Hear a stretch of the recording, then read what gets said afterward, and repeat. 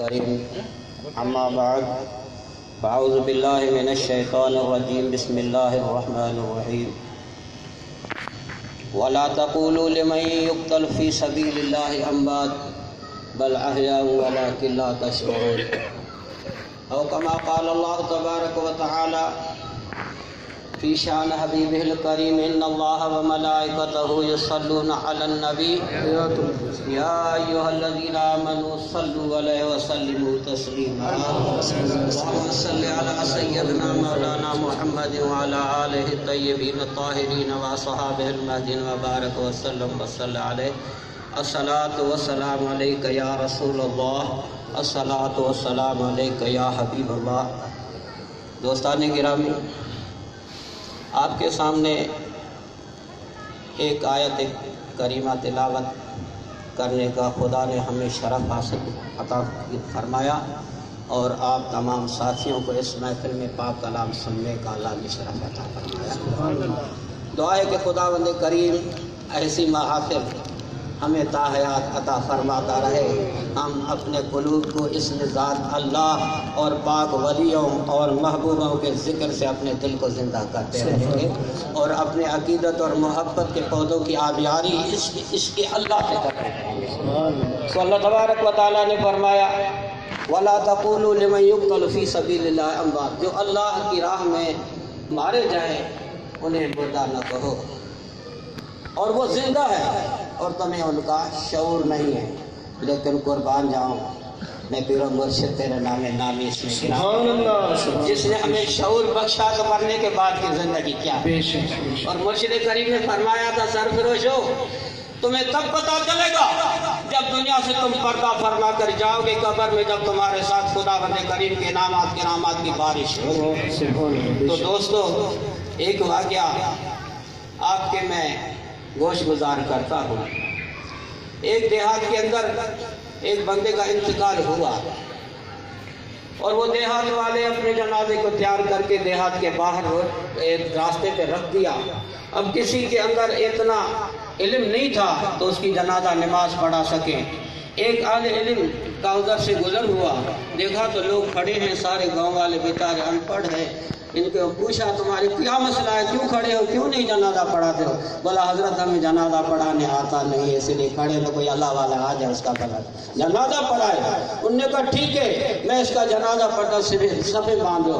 انہوں نے صفیں باندھ دی، نیت کر دی، اللہ اکبر کیا، سلام پھیرا، دعا کی، دعا فرمانے کا جانے لگا۔ لوگوں نے کہا حضرت جا کیوں رہے ہو، ادھر دفنانے بھی ہمیں نہیں آتا، دفنانے کے لیے بھی آپ ہی چلے۔ وہ دفنانے کے لیے چلے جاتے ہیں، قبر تیار پڑی ہوتی ہے، سارے لوگ کھڑے ہوتے ہیں، کوئی اتارنے کی جسارت نہیں کرتا۔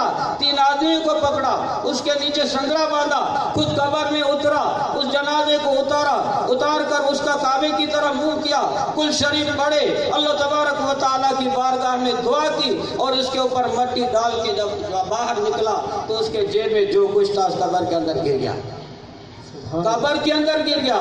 جب واپس چلا اپنے گھر پہ پہنچا تو جب اپنے آپ کو سنبھالتا ہے، بولا یار قیمتی کاغذات تھے وہ تو جیب کے اندر پڑے ہوئے تھے، جب مردے کو ہم نے کفن کے ساتھ اندر لٹایا تو مجھے پتہ نہیں چلا، اس ٹائم ہوش نہیں تھا، اس ٹائم ایسی محبت تھی، ایسی کیفیت تاری تھی، اب کیا کروں؟ وہ واپس آتا ہے گاؤں والوں کو آگے ریکویسٹ کرتا ہے یارو میرے کچھ کاغذات تھے قبر کے اندر رہ گئے، اگر مہربانی کرتے ہو تو چلو ہم اس قبر کے پاس چلتے ہیں، وہ کاغذات نکالتے ہیں۔ اللہ اکبر، جب گاؤں والے ان کے ساتھ آتے ہیں، مغرب کا ٹائم ہو جاتا ہے، اندھیرا ہے، وہ تھوڑا روشنی کا اسباب کرتے، جب قبر کھولتے ہیں پھولوں کی خوشبو سے خوشبو آ رہی، جب قبر کو کھولتے ہیں قبر والوں سے کاغذ نکال کے کہتے ہیں بھائی یہ تیری امانت ہے، لے لے۔ لوگوں سے پوچھا تم بتاؤ یہ کوئی ولی تھا، کوئی پیغمبر تھا، کوئی خدا کا مرتبہ شخص تھا؟ بولا نہیں، یہ خدا کا وہ گنہگار بندہ تھا، اس کے پاس کوئی عمل نہیں تھا، لیکن وہ صبح کی نماز پڑھتا تھا، اس کے پاس خدا نہیں، خدا جانتا ہے وہ کیا کرتا تھا۔ اس کی اہلیہ کو بلایا گیا، ان سے پوچھا بتاؤ ان کا عمل کیا تھا؟ فرمایا وہ جب صبح کی نماز پڑھتا تھا، نماز پڑھنے کے بعد قرآن کو سینے سے لگاتا تھا، چوم کر آنکھوں پہ رکھتا تھا، خدا کی بارگاہ میں التجا کرتا تھا، میرے اللہ میں نے میرے قرآن کو سینے سے لگایا، جو اس میں اس کو حق مانتا ہوں، عمل بھی کرتا ہوں، لیکن مجھے پتا نہیں اس میں لکھا کیا، یا اللہ وہ حق ہی لکھا ہے، لیکن ان قرآن کے صدقے میں اور محابے میں میری قبر کو پھولوں سے نشاور فرما۔ تو وہ دعا کے قبولیت کا وقت تھا، خدا نے اس کی دعا کو قبول کیا۔ جیسے اس کی قبر میں چلے گئے لوگ دفنانے والے، اللہ نے فرشتوں کو حکم دیا جنت سے پھول منگائے جائیں، ان کے پھولوں کو قبر کے اندر نشاور کیا جائے۔ لیکن اللہ تبارک و تعالیٰ نے جس محبوب ہستی کے ساتھ تمہارا تعلق جوڑا ہے، تمہارے رگ رگ کو اس میں ذات اللہ سے جاری کیا، اللہ اللہ کرتے کرتے تمہیں نیند بھی آ جاتی ہے، جب تم مزار پہ جاتے ہو اہل مزار کے ساتھ تمہاری ملاقاتیں بھی ہو جاتی ہے، جنہیں خدا نے مقام اور مرتبہ دیا۔ ہاں ہاں، یہ میرے پیر و مرشد کا وعدہ ہے، تم قبر میں جب جاؤ تمہاری منزل کرانے والا تمہارے ساتھ۔ تو جو اللہ کی راہ میں مارے جائے وہ تو زندہ ہیں، ان کے ساتھ اس کا کیا معاملہ ہو جاتا ہے؟ فرمایا قبر المومن روضۃ من ریاضۃ الجنہ، مومن کی قبر جنت کے باغوں سے کیاری بن جاتی ہے، جنت سے کھڑکیاں کھل جاتی ہے، ان کے پاس اللہ تبارک و تعالیٰ کی وہ رحمت کی پیاری پیاری ہوائیں آتی ہے، حد نگاہ تک قبر وسیع ہو جاتی ہے۔ جو عمل کرتے ہوئے دنیا سے کیا وہ وہی کرتا رہے گا؟ بتاؤ، تم نعتیں بھی پڑھتے ہو، ذکر الہی بھی کرتے ہو، تم پاک روحوں کی محفلوں میں بھی جاتے ہو، پاک ارواحیں خدا کی طرف سے تمہاری محفلوں میں نزول بھی کرتے ہیں۔ ہاں ہاں، تمہاری یہ ظاہری آنکھیں نہیں دیکھ سکتی، لیکن تمہارے قلوب تو جانتے ہیں تمہاری محفل میں کون آیا۔ تو اس لیے فرمایا جو اللہ کی راہ میں مارے جائیں انہیں مردہ نہ کہو۔ آؤ سید صدیق رحمت اللہ علیہ کو کیا مقام اور مرتبہ پیر اور مرشد کے صدقے سے ملا۔ ہاں ہاں، کوئی بتا دے آج تک کوئی ایسا سرفروش ہو جن کو حکم ہوا تھا سید صدیق کو کوٹڑی میں دفن کیا جائے؟ اللہ اکبر۔ دنیا میں تو ساتھ رکھا، لیکن قبر میں اپنا پڑوسی رفیق بنایا، اور جب حشر میں اٹھیں گے تو سرکار کا سایہ سید صدیقی کے اوپر۔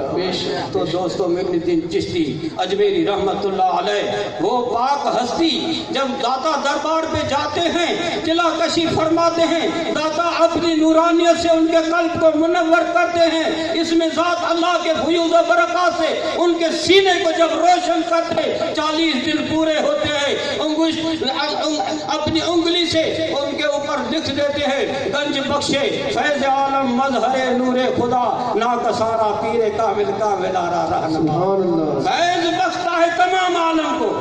تو دوستو، ایک کو نہیں، دو کو نہیں، چار کو نہیں، جو داتا ہے دربار پہ داتا کی وہ بھر کے آتا ہے اپنی مرادوں سے جھولیوں کو۔ ہاں ہاں، جس کی جو نیت خلوص ہوگا اتنا اس کو مل جاتا ہے۔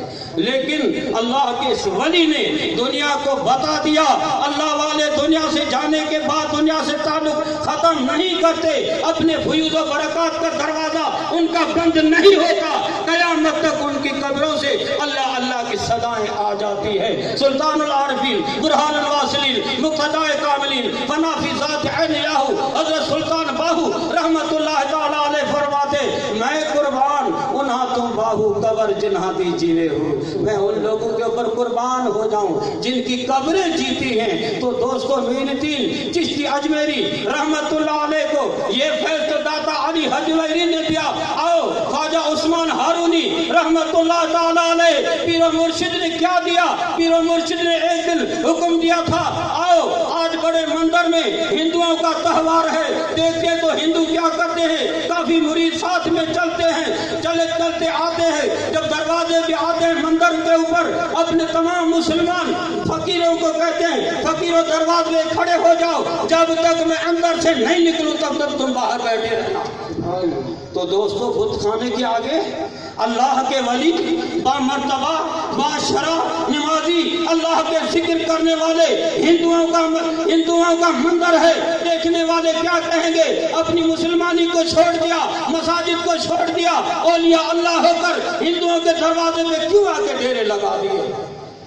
قربان جاؤں عثمان ہارونی رحمت اللہ تعالیٰ علیہ، آپ کی نگاہ کیمیا کے اوپر ہندوؤں کے مندر میں جاتے، ہندو اپنے کوئی دودھ دے رہا ہے، کوئی انار دیتا ہے، کوئی مٹھائیاں بتوں کے آگے دے رہا ہے، کوئی نہیں ان سے لے رہا ہے۔ ارے پتھر کے بنے ہوئے بت تم سے کیسے لیں گے؟